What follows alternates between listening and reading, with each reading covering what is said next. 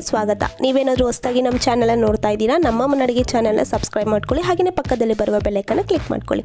ಇವತ್ತು ನಾನು ಆರೋಗ್ಯಕರವಾದ ದಂಟಿನ ಸೊಪ್ಪಿನ ಪಲ್ಯ ಮಾಡೋದು ಹೇಗೆ ಅಂತ ತೋರಿಸ್ಕೊಡ್ತಾ ಇದ್ದೀನಿ. ಈ ಸೊಪ್ಪಿಗೆ ಹಲವಾರು ಹೆಸರಿದೆ. ಕೆಂಪು ರಾಜಗಿರಿ ಸೊಪ್ಪು ಅಂತಲೂ ಕರೀತಾರೆ, ಹರಿವೆ ಸೊಪ್ಪು ಅಂತಲೂ ಕರೀತಾರೆ. ಇವಾಗ ದಂಟಿನ ಸೊಪ್ಪಿನ ಪಲ್ಯ ಮಾಡೋದಕ್ಕೆ ಬೇಕಾಗಿರುವ ಇಂಗ್ರೀಡಿಯೆಂಟ್ಸ್ ಏನೇನಂತ ನೋಡ್ಕೊಂಬರೋಣ ಬನ್ನಿ. ಇಲ್ಲಿ ನಾನು 1 ಕಟ್ಟು ದಂಟಿನ ಸೊಪ್ಪು ತಗೊಂಡಿದ್ದೀನಿ. ಈ ಸೊಪ್ಪಲ್ಲಿ ಹೆಚ್ಚಿನ ಪೋಷಕಾಂಶಗಳು ಇವೆ ಫ್ರೆಂಡ್ಸ್. ಹಾಗೆ ರಕ್ತಹೀನತೆ ಸಮಸ್ಯೆಗಳಿರುವವರು ಕೂಡ ತುಂಬಾ ಒಳ್ಳೆಯದು. ಹಾಗೆ ನೀವು ಈ ಸೊಪ್ಪಲ್ಲಿ ಪಲ್ಯ ಕೂಡ ಮಾಡ್ಕೊಂಡು ತಿನ್ಬೋದು. ಹಾಗೆಯೇ ಹಲವಾರು ರೆಸಿಪೀಸ್ ಕೂಡ ಮಾಡ್ಬೋದು. ವೆಯ್ಟ್ ಲಾಸಿಗೆ ಕೂಡ ತುಂಬಾ ಒಳ್ಳೆಯದು ಈ ಸೊಪ್ಪು. ಇವಾಗ 1 ಕಟ್ಟು ದಂಟಿನ ಸೊಪ್ಪನ್ನ ಕ್ಲೀನಾಗಿ ವಾಶ್ ಮಾಡಿ ಇಟ್ಕೊಂಡಿದ್ದೀನಿ.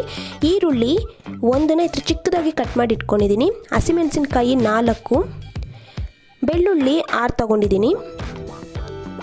ಸಾಸಿವೆ 1/4 ಟೀ ಸ್ಪೂನ್, ಜೀರಿಗೆ 1/2 ಟೀ ಸ್ಪೂನ್, ಅರಿಶಿನ ಪುಡಿ 1/4 ಟೀ ಸ್ಪೂನ್,